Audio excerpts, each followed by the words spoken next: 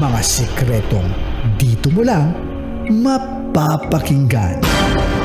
Top Secrets. Top Secrets. Top Secrets. Top Secrets.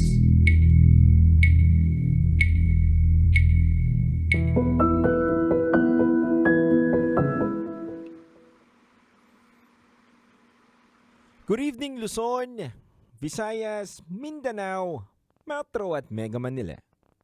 Sa lahat po ngayon na nakatutok sa 90.7 Love Radio, kasama niyo po ang titindig sa mga pinaglalaban ninyo, DJ Titan Jello. At ito po ang ating programang Top Secrets. Ito po ang programang nagpo-promote sa radyo ng We Listen and We Don't Judge Culture. Ito po ang programang hindi kahusgahan bagkos ikay pakikinggan. Mga kabisyo, nasa kabilang linya na po natin ang ating top secret caller. Kaya kilalanin, alamin po natin kung ano po ang kwentong pag-ibig niya ngayong gabi na to. Hello ma'am, good evening. So, hi po. Good evening po. Ma'am, ulitin ko lang po, kamusta po kayo?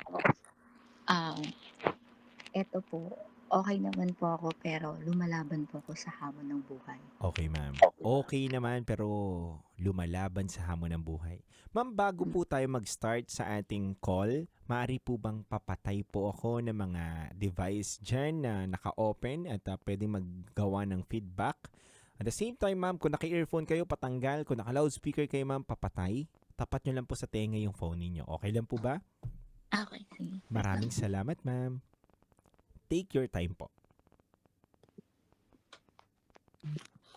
Okay, hello. Okay na, ma'am? Okay na, wait lang, bababa lang ako kasi maingay ako dito sa taas. Sige, ma'am. Sa baba ka na, ma'am. Huwag ka sa taas.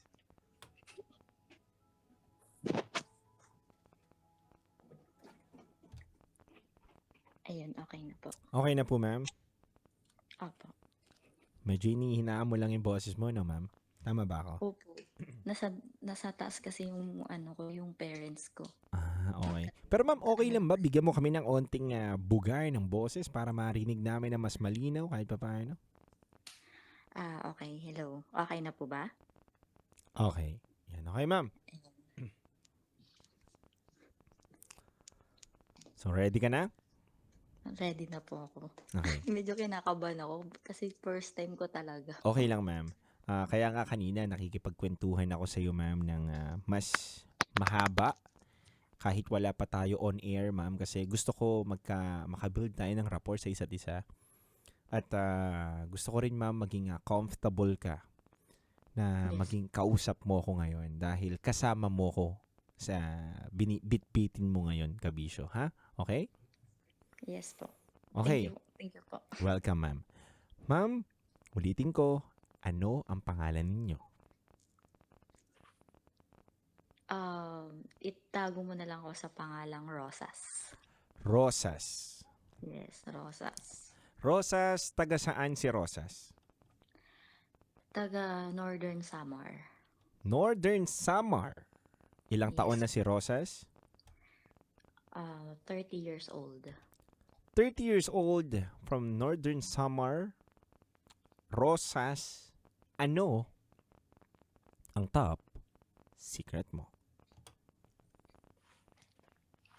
Ang top secret ko is nung nalaman ko na yung asawa ko is nagkaroon ng kabit. Bagong kasal pa lang kami. And then, Ma'am, wait lang, Ma'am Rosas. Tama po ba ako ng pagkakarinig? Lilinawin ko lang, ma'am, ha?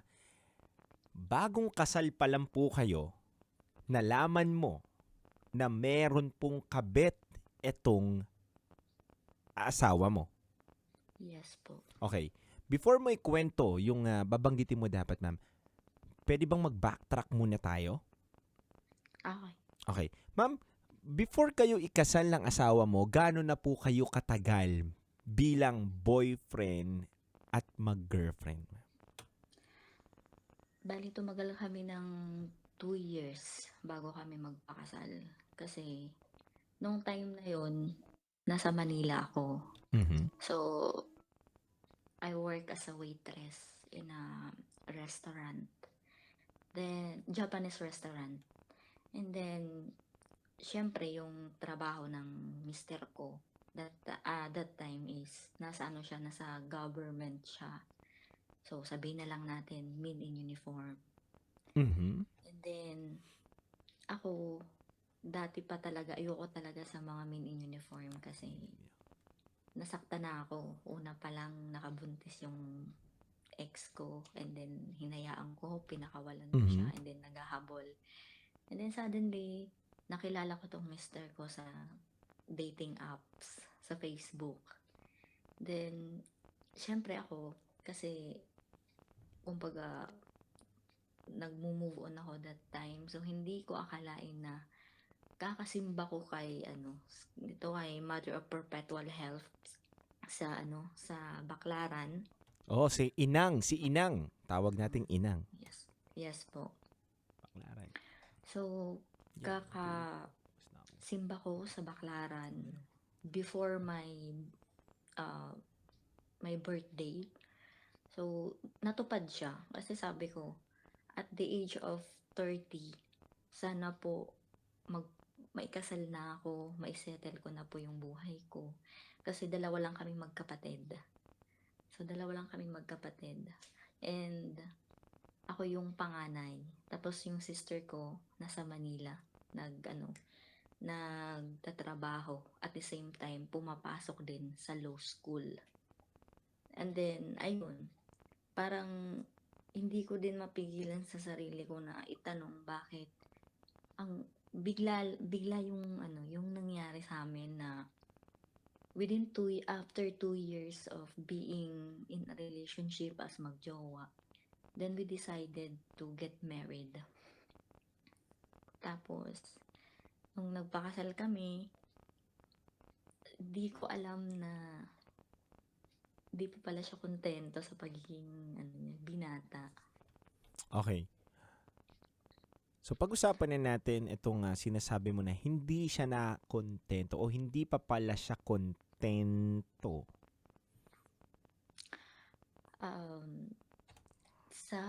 Siguro ko sa side ng mga nasa men in uniform, di ko naman nila lahat, pero alam kong maraming nakakarinig sa sitwasyon, sa mga sa makakarinig and then makakarelate sa sitwasyon ko na sobrang hirap na maging asawa ko ng isang men in uniform kasi minsan akala mo ikaw yung mahal, binibigyan sa'yo yung pera, pero hindi sa lahat ng pagkakataon kahit sobrang ganda mo, sobrang talino mo, nakapag-aral ka sa magandang school, lahat-lahat.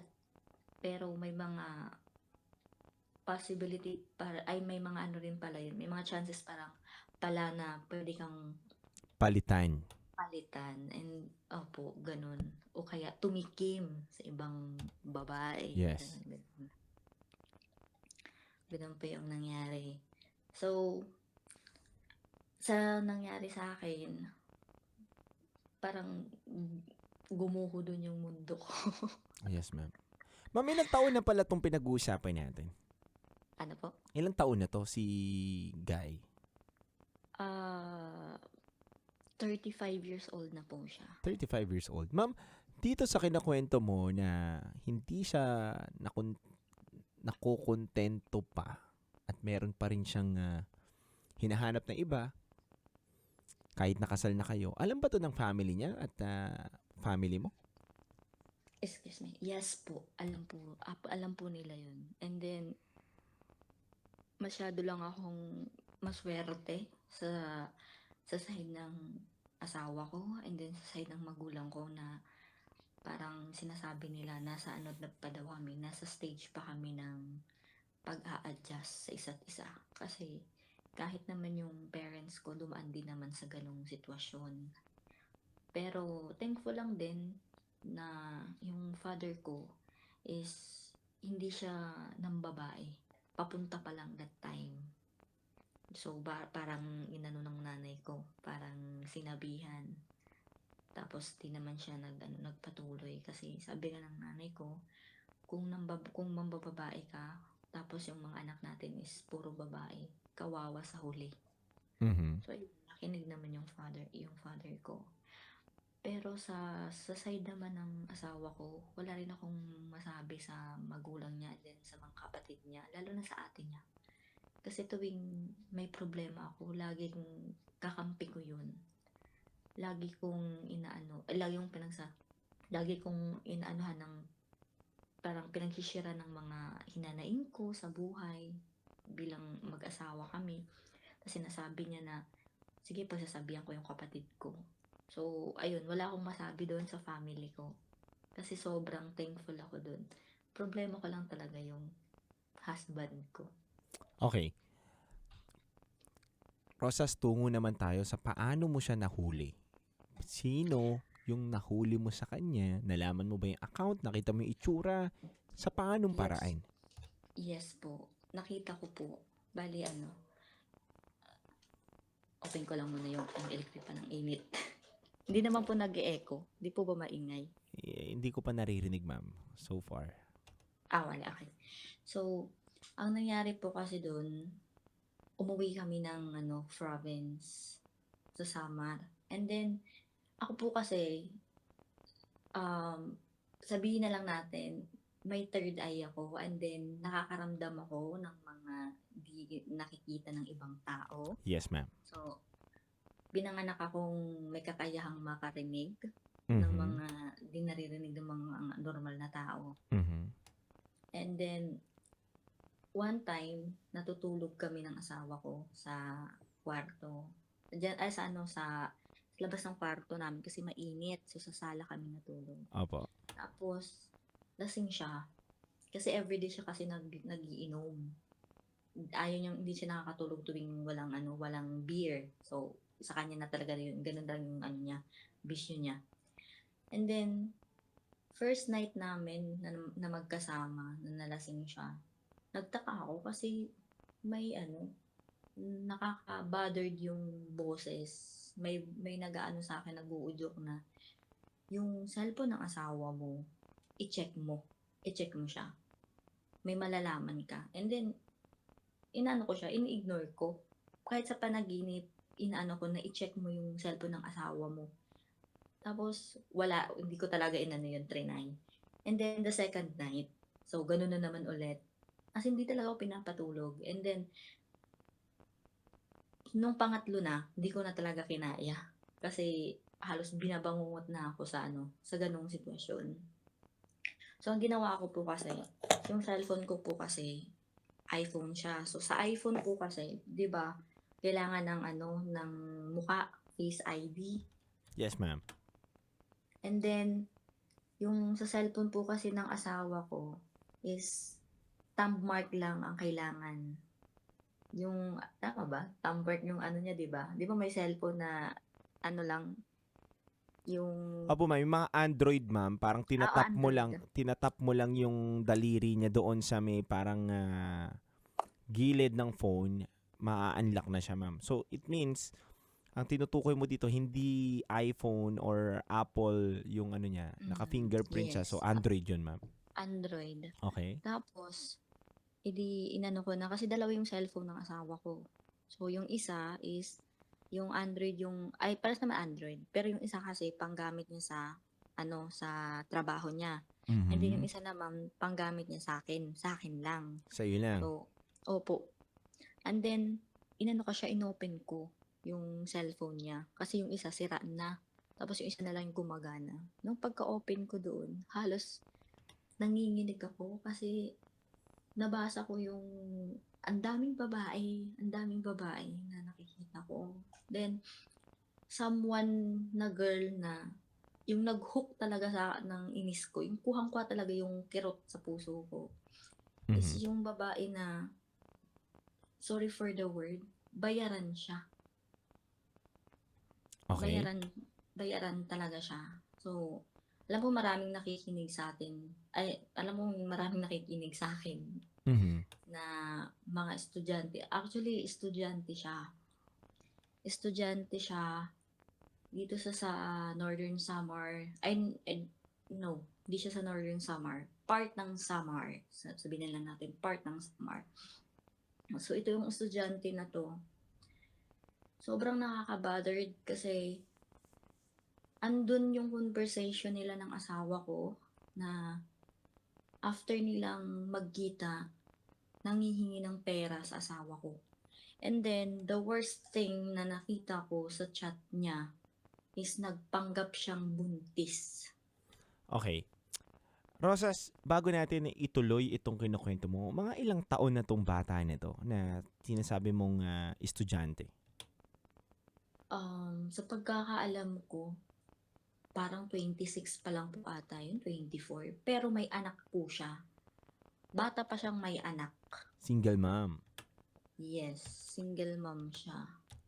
So, natukoy mo din kanina, na-mention mo kanina na nagkunwaring buntis at ang sinasabi niya, ang tatay itong asawa mo? Ganun? Yes po. Kasi, nasa chat nila. Ang sinasabi niya dun na, bayaran mo na ako. Sabi niya dun, bayaran mo na ako. Ano, wala kang gagawin dito. Papalaglag ko tong anak mo, ganyan-ganyan.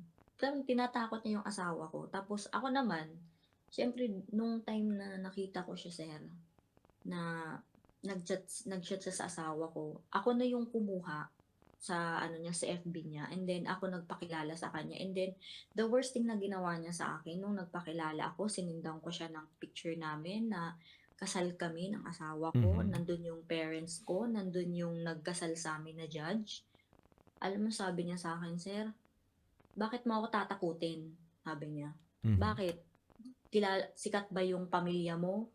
Maano ba yung maimpluwensya ba yung family mo? Para takutin mo ko? Ginanon niya ako. Sabi ko, hindi kita tinatakot. Sabi ko sa kanya, pinapaalalahanan lang kita na ako yung legal na asawa at sabi ko, wag kang papatol sa may asawa. Tapos nagalit pa siya. Ang dami niyang mga hinanaing sa akin. Hindi daw nagsuot ng singsing yung asawa ko, kaya daw kumirengking.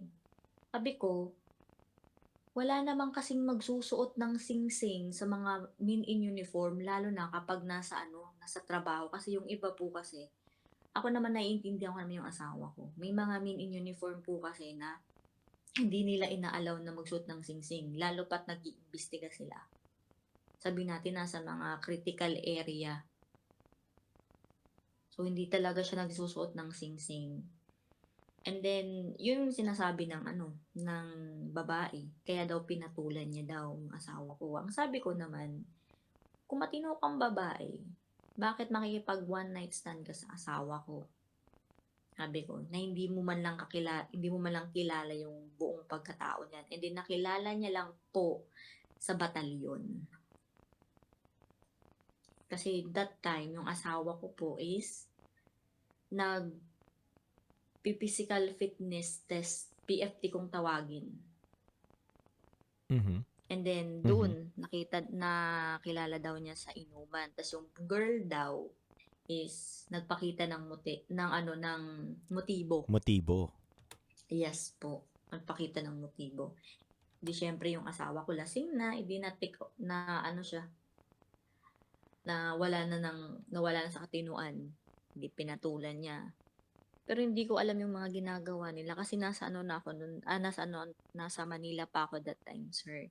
So, samantalang busy ako, nagpapagod ako sa trabaho, umuwi ako ng alauna sa madaling araw. Mhm. Tapos yung palang ginagawa ng mister ko. And the worst thing ulit is, akala ko na titigil yung babae. Mhm. Sad to say, nahuli ko na naman sila sa TikTok. Doon ko nahuli yung babaeng yun. Kaanuhan yung asawa ko. Pina-follow ng asawa ko yun. Syempre ako, sir, ang dami ko naman pwedeng pwede ko namang gumamit ako ng mga iba't ibang account. Dami account. Yes po. Para naman mamonitor ko yung asawa ko. Pero ayun, pangalawang beses na yun nahuli ko. And then, naglakas na ako ng loob na i-chat yung magulang nun, yung mama nun. And then, alam mong sinabi ng ano niya, ng nanay niya, Ano, ma'am? hindi daw, ano ba to, hindi daw ganun yung anak niya. E di sinend ko na lahat. Pinakapangit pa dun is may video sila. May video sila ng yung babae is naghuhubot-hubad. Mhm. Kita yung mga parts ng babae. Mhm. Then, pinapakita niya sa asawa ko. Kapalit nun is pera. Rosas, wait lang ah. Kinakausap mo tong babae through chat, through message. Hindi mo ba kinausap ng personal muna itong asawa mo? Kasi ang initial reaction, 'di ba, dapat is bago ko kausapin itong babae na to, ang talagang mali naman dito yung asawa mo eh. Kinausap mo ba Yes. siya? Yes po, kinausap ko po yung yung asawa ko. Ano sabi? Ayun nga po, ang sabi po ng asawa ko is wala na daw silang contact. So ako naman naging komportable ako sa sinabi niya. And then yung babae din po kasi ang sabi niya na wala na daw silang contact, lahat daw blinak niya. Sa pangatlong beses na po yun eh. Pangatlong Mhm. beses na nahuli ko yun, nadamay na pati yung nanay nun. Tapos galit na galit pa sa akin yung nanay. Pero maganda naman po yung approach ko dun sa nanay niya. Ang sabi ko, pakisabihan naman po sa anak niyo na wag pong pumatol sa may asawa. Mhm. Kasi po ako po yung legal na asawa, Mhm. sabi ko.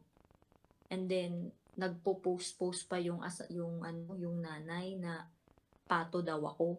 Paano ako naging pato? Ano yung pato? Duck. Duck? Oo nga, alam ko Oo. yung pato, duck. Duck. Ay, ano daw ibig sabihin yun? Naka-braces ako eh. Kaya sinabihan akong pato. Ah, Mukha daw mukha akong kang pato. Oo, hindi naman ako mukhang pato. Kala ko may mas malalim na meaning yun. Sumakit yung ulo ko sa'yo, Rosas. Lulungkot na sana ako eh. Hindi, pinatawa lang kita. Seryoso ako eh. Sabi ko, anong pato? Ano yung pato? Kala ko may mas malalim na word na pala. Patol, di ba? May mga pinaikli, di ba? Hindi. Pala mukha Ano lang. kang pato. Ginawa kong pato. Ah, okay. So, ibig sabihin kinukonsinte ng magulang niya itong bata kasi may nahihita sila, tama ba ako? Opo, parang ganun nga po kasi nung sinabihan ko yung nanay ko noon, sabi ng nanay ko, alam mo anak, sabihan na lang kita, nung nag-aaral ako ng college, may Mhm. mga ganong senaryo, may mga nagiging college classmates ako na ganon. Mhm. Wala silang wala silang sandalan sa pambayad ng tuition, yung iba daw Oo. nag-aano sa mga professor, ganun. Kahit din naman ako, sir, nung Ikaw din, ganun ginagawa mo. hindi po. Oh, Hindi. linawin mo. Hindi, I mean, nung nasa college ako, may mga kilala akong proud pa nga sila. Yes, Nagiging na ganun. kabit sila. Yes, may mga ganun talaga. Actually, may mga ganun talaga. Kasi, pang ano nila yan eh, pang survive nila, para makasurvive sila sa mga needs, wants nila, Pang-araw-araw. pang araw-araw nila. Rosas, so, kinakausap mo itong asawa mo, paano mo siya i-approach? Inaaway mo ba? Pinapagalitan mo ba? Paano? Mukhang malumanay ka eh, no? Mukhang ano ka, Ano ako, madiplomansya. iba yung ugali ko since waray-waray ako. Alam ko naman maraming mag-aano din pag Yes. ugali ng waray. Ako kasi, sir, ano lang ako, 3 beses lang yung buhay ng ng isang tao sa akin pag inabuso ako, 3 beses lang yan. Pag What do you mean tatlong beses lang? Tatlong beses lang ang ibibigay mong palugid sa kanya tapos Palugid. pwede mo na siyang ubusin, ganun? Oo, parang ganun. Parang bibigyan ko siya ng ultimatum na Oo. 3 beses lang yung mo sa akin. Pag inulit-ulit mo pa, wala ka nang mapapala sa akin. Parang, kick out ka na sa sa life ko. Ganun yung So ilang ko. beses Ganun nang ginagawa ng asawa mo to para masabi mong kick out na siya sa buhay mo? Bali, nahuli ko siya ng 3 beses. So, ibig sabihin, kick out na siya?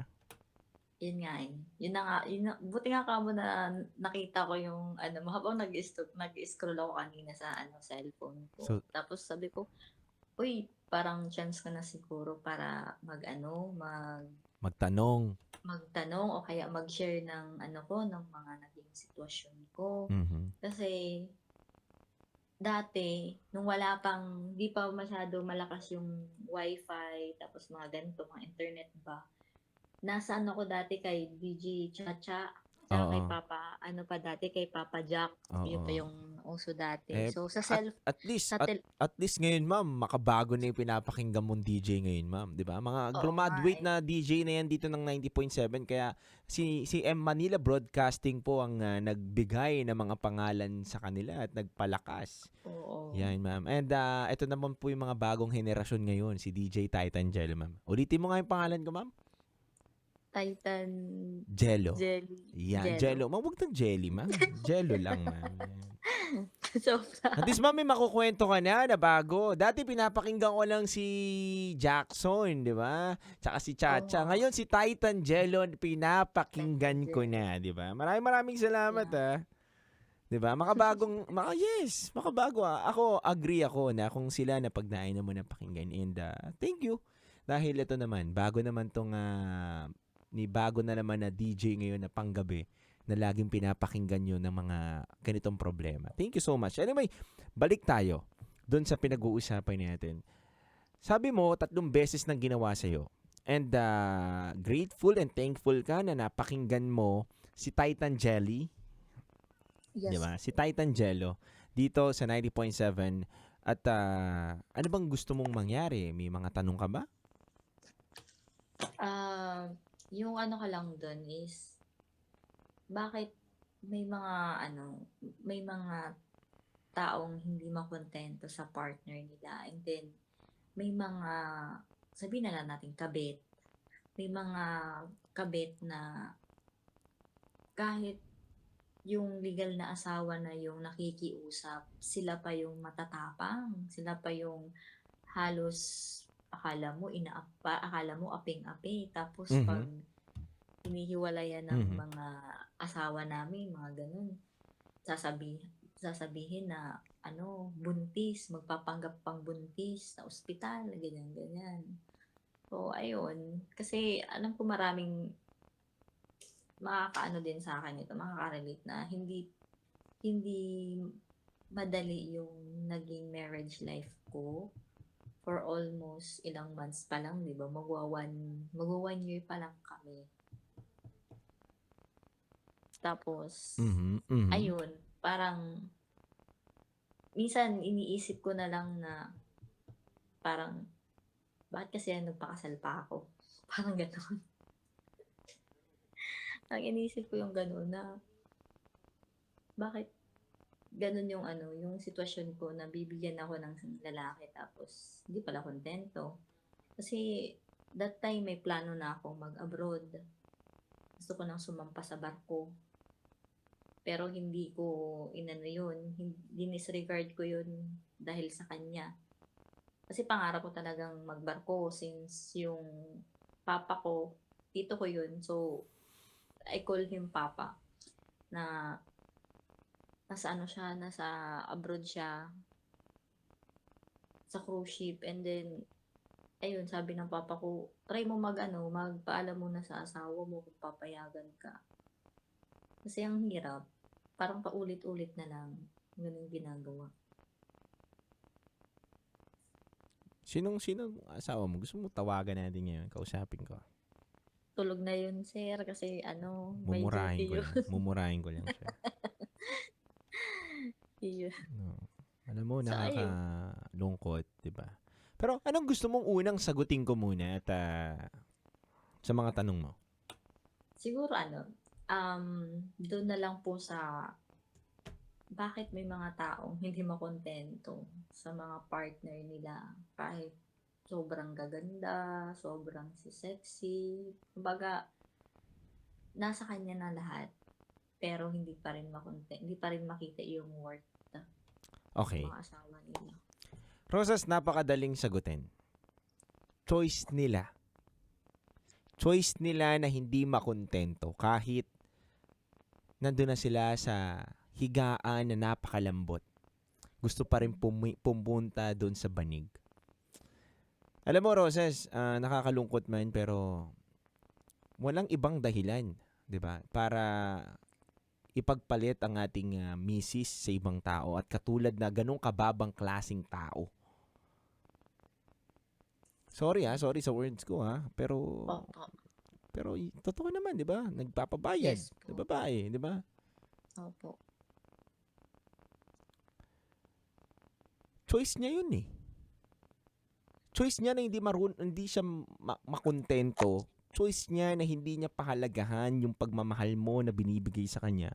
Choice niya na hindi isipin yung kanyang asawa na masasaktan oras na malaman yung mga ginagawa niya. It's all about choice. Walang ibang dahilan. Dahil mas nananaig sa kanya yung kasiyahan na pang maikling panahon lang kesa sa kapayapaan na meron siya kapag hindi niya ginagawa yung mga bagay na yun. Rosas, unang-una, sana ito na yung huling pagkakataon na i-chat mo yung babae ng asawa mo. Huwag mong ibaba yung level mo doon sa tao na yun. Ang tamang tao na dapat mong kausapin, hindi yung babae na yun. Dahil the more na kinakausap mo yun, the more na lumalaki ang ulo nyo at the more na inaasar ka yun. Gawin mo siyang wala ka. Wala kang pakialam sa kanya at di siya nag-exist para sa'yo. Ang kausapin mo dito ay yung asawa mo. Bigyan mo ng ultimatum. Maging matibay ka. Kausapin mo siya ng maigi na hindi ko na para pag-aksayan pa ng panahon yung mga babae mo.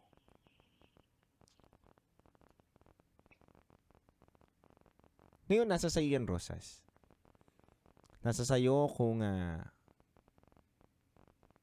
pangahawakan mo yung sinumpaan nyo sa isa't isa na hanggang sa dulo ng walang hanggan ay kakapit kayo para sa inyong pagmamahalan.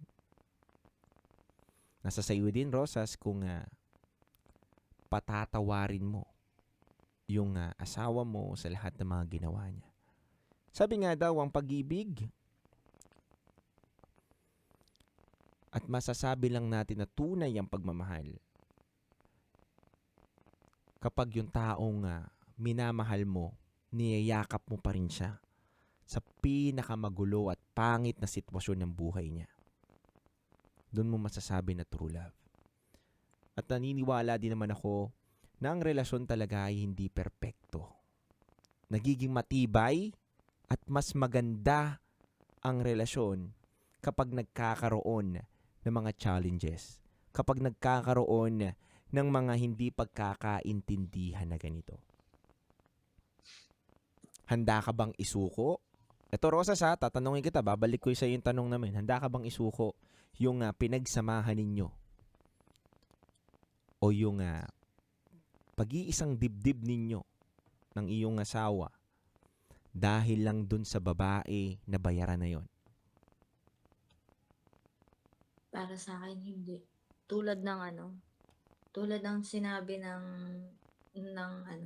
excuse me, ng ninang ko na nagkasal sa amin kasi yun yung nagkasal sa amin, judge. So, ang sabi niya, Armalite daw. Yun yung ina niya, sinampal niya. So, siguro yung pangahawakan ko is yung Armalite ng asawa ko na kung saan tulad ng sinumpaan niya sa trabaho niya, bawal makuha yung I mean bawal makuha Kuha yung baril. yung baril na kumbaga yung baril na Armalite is nagsisimbolo ng marriage namin. So ganun ko po protektahan kasi pag makuha yun, ako yung talo dun. Kaya hanggat maaari, ilalaban ko yung pagiging asawa ko hanggang sa dulo. Kahit mamatay ako, wala akong wala akong pakialam basta lumalaban akong sugatan man, duguan man, o whatsoever man. Kasi ganun po talaga ang waray. Yes. Rosas, matanong ko lang din Gusto ko may leman. Bukod sa ganitong problema ninyo ng asawa mo, kamusta naman siya bilang provider? Kamusta naman siya? Nananakit ba siya? Na sinisigawan ka ba niya? Inaaway ka ba niya palagi? Or talagang mabait itong asawa mo pero may mga segue lang talagang bababaero. Randy Santiago ang datingan. Ganon. Parang ganun nga. Hindi Mabait, naman siya, no? caring, Mabait. sweet. Opo, ganun siya. Actually, ano siya, ganun talaga yung ugali. Kasi Bicolano yung asawa ko. Oo. So, pag mga Bicolano daw, mga mababait, sweet, then minsan nga na-under pa daw ng asawa. So, Oo. ganun naman. Mabait naman yung asawa ko. Pero Pero- pag nasusobrahan na, alam niya yan. Pag halimbawa nasusobrahan siya sa inom, tapos medyo ano na ako, magagalit na ako, Mhm. lumalabas talaga yung tapang ko ng pagiging waray ko. Mhm.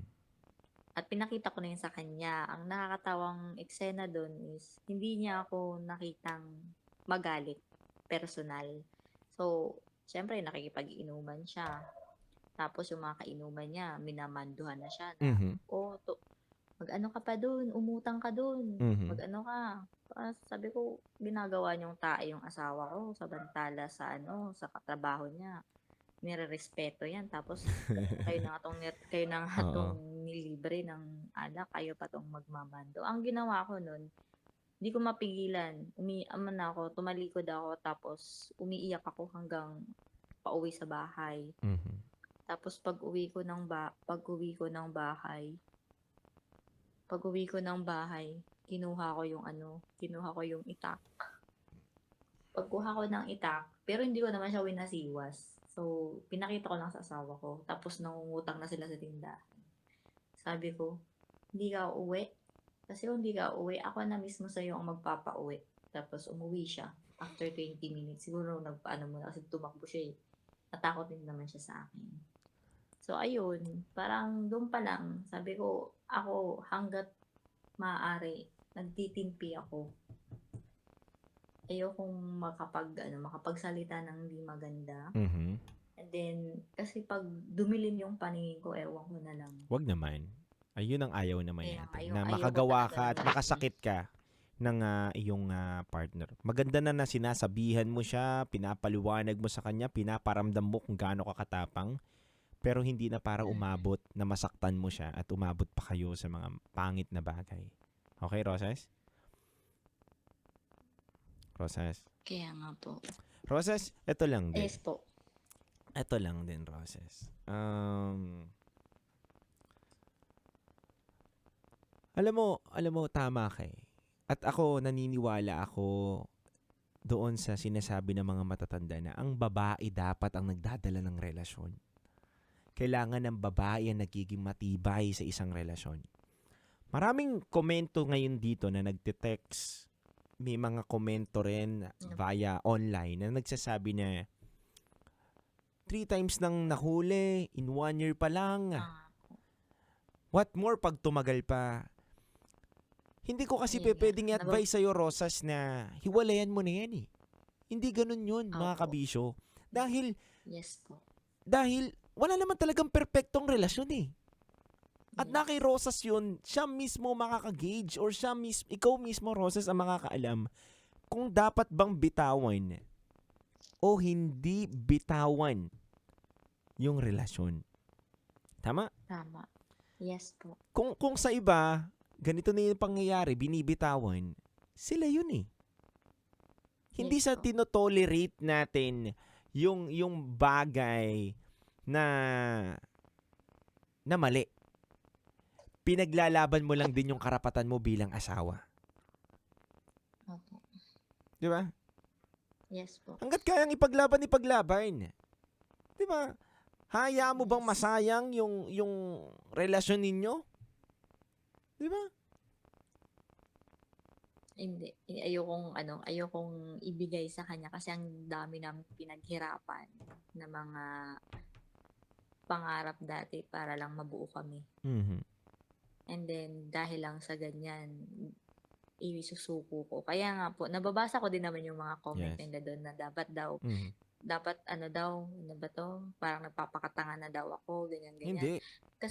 Kasi sa totoo lang, kung nasa sitwasyon ko sila, siguro nagpakamatay na sila kasi hindi po Madali. madali ang maging asawa ng isang men in uniform.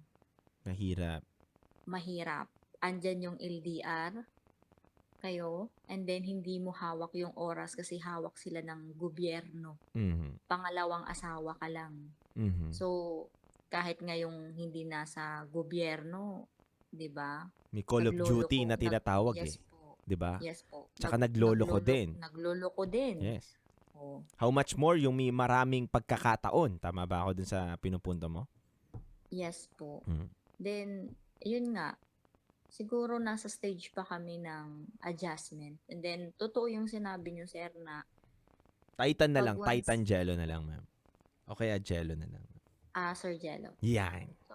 So, Sir Jello, totoo yung sinabi mo na kailangan talaga sa isang relasyon, babae talaga yung nagdadala. Kasi, ang lalaki, once na nasa relasyon, ang hirap nilang intindihin, and then, parang nakaasa kasi sa asawa ko, nakaasa siya sa akin eh. Sa akin siya kumukuha ng lakas. Lahat ng desisyon nasa akin. Mhm. Kaya, pag ako ang mawala sa kanya, ay ewan ko na lang. Mhm. Tsaka ang maganda dito, wala pa naman kayong anak eh. Hindi pa Wala. na-expose yung bata doon sa toxic na relationship ninyo. Yes. So ang pinaglalaban mo lang dito yung karapatan mo bilang asawa at inaayos mo lang din itong asawa mo. Wala pang nadadamay o nai-involve na Wala. bata. So hanggat Wala maaari, pa. Rosas, ipaglaban mo, tuwidin mo tong lalaki na to sa maayos Yun na nga. paraan.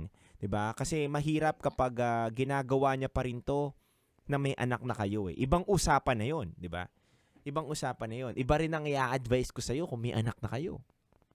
Opo. Sobrang ano na siguro pag may Mas pag may malalim anak na na 'yan, 'di ba? Hayaan mo bang maging toxic yung relationship ninyo while na may bata, 'di ba? Mahirap 'yan. Ibang usapan 'yon. Pero ito kasi, Roses, wala pa eh. Wala pang bata na pwede ma-involve. So ibig sabihin, may chance na ayusin mo muna. 'Di ba? So maging ano ka, wise ka at pag-isipan mo na hangga't wala mo na kayong anak, kilalanin mong mabuti ito. 'Di ba? kaya.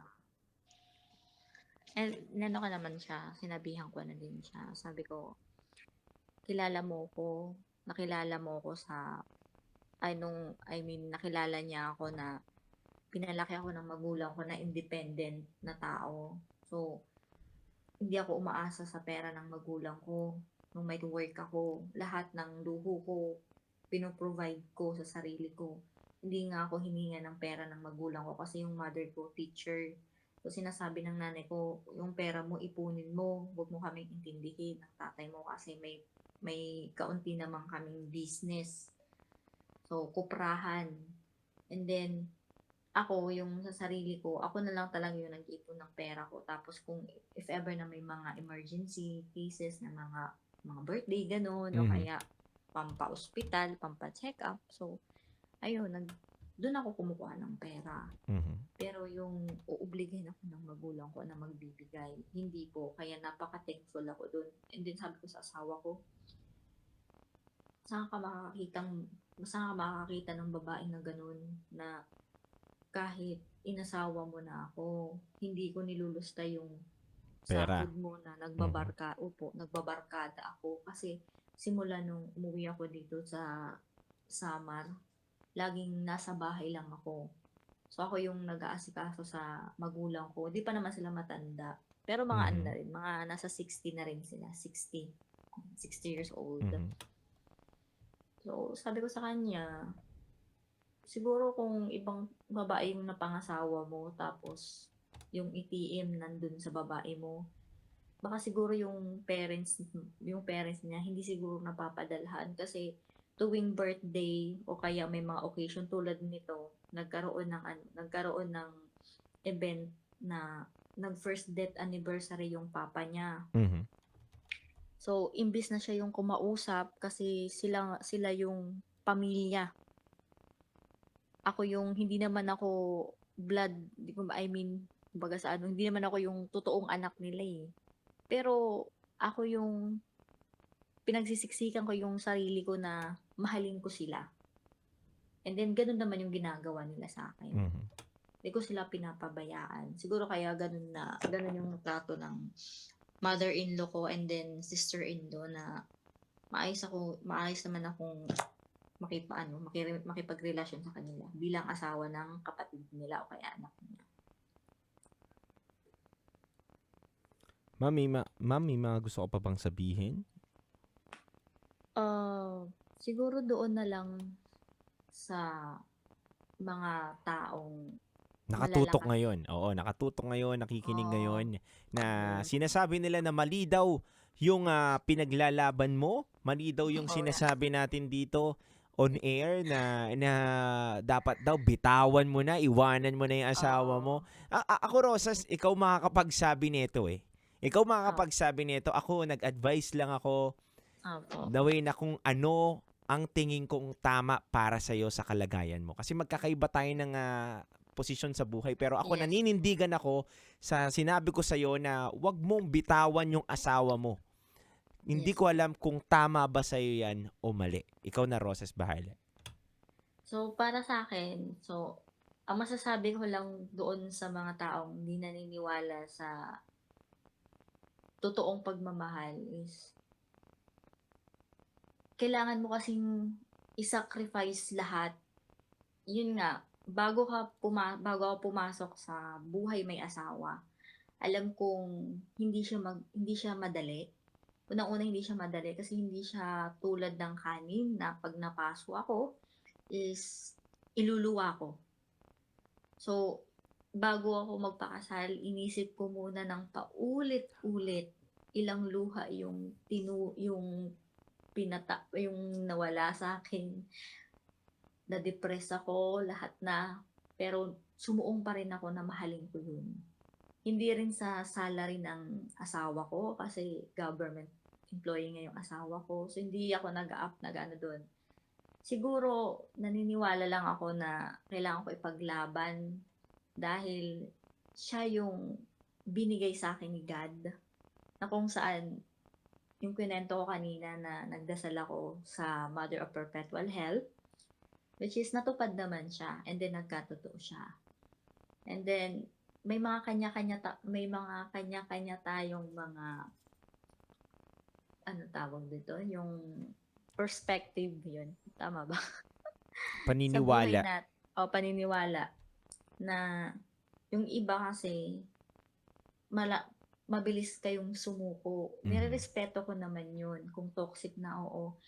Ako kasi bago ako sumuko, nilalaban ko muna ng halos iano ko yung sarili ko, halos mapagod. 'Pag makita kong hindi na siya worth it, and then that will be that time na i-gi-give up ko na siya. Kasi dumaan din ako sa sitwasyon ko dati na way back 2018. So, pinaglaban ko yung ex-boyfriend ko that time. Nakulong siya. So, and then, hindi ko alam kung anong gagawin ko that time. Ginawa ko lang yung makakaya ko and then nag-pray na naman ulit ako dun sa simbahan, sa Baclaran na, Lord, kung hindi siya para sa akin, pakawalan mo siya.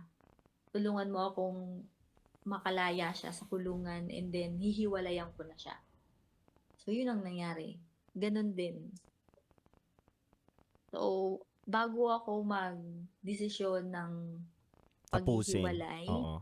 opo, bago ko bitawan yung isang bagay, kahit sabihin na natin yung marriage namin is ang basag na baso, Mhm. basag na base na Mhm. halos inaano ko siya, nilalagyan ko siya ng mga pantakip, mga gano'n. I mean, parang nireremedyohan ko pa siya.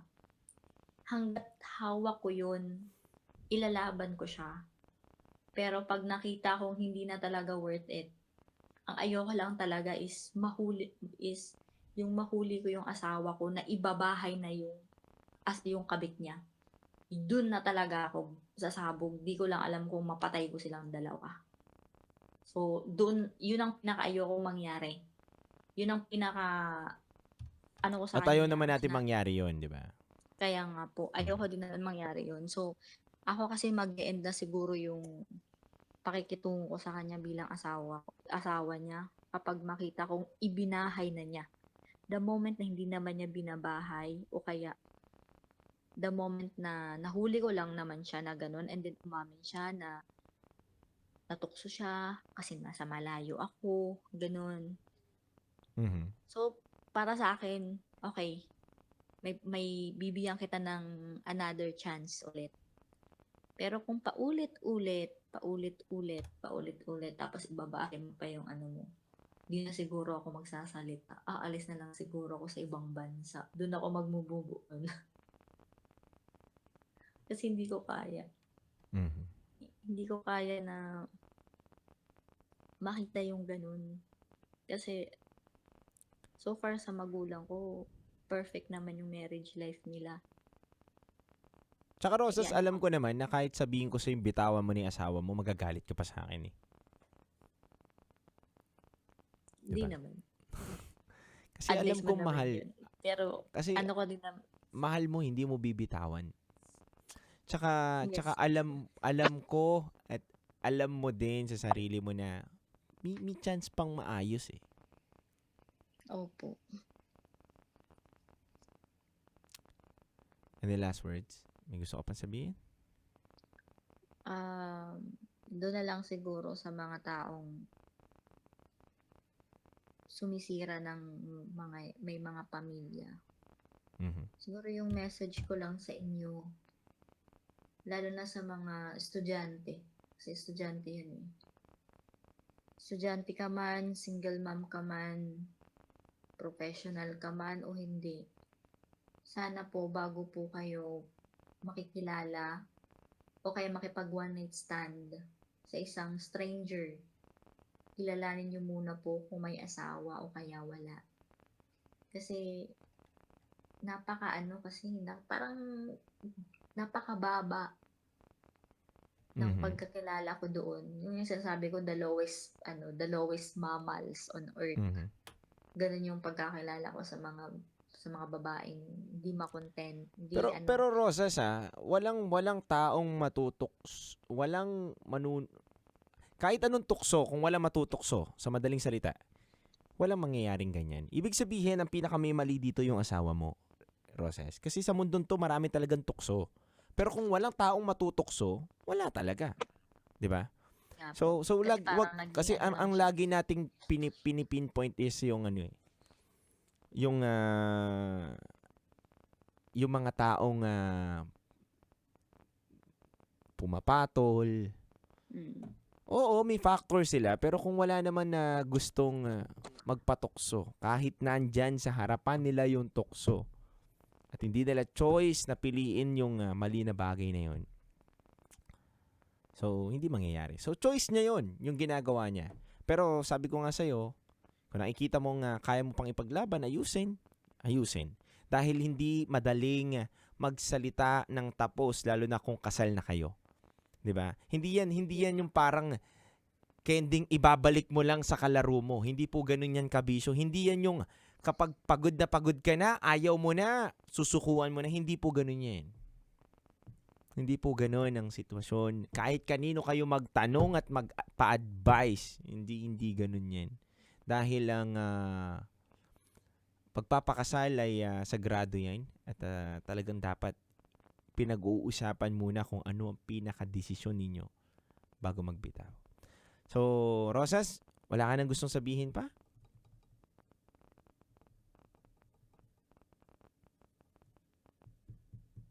Reconnecting na siya. Rosas, naubusan ka na ba ng internet?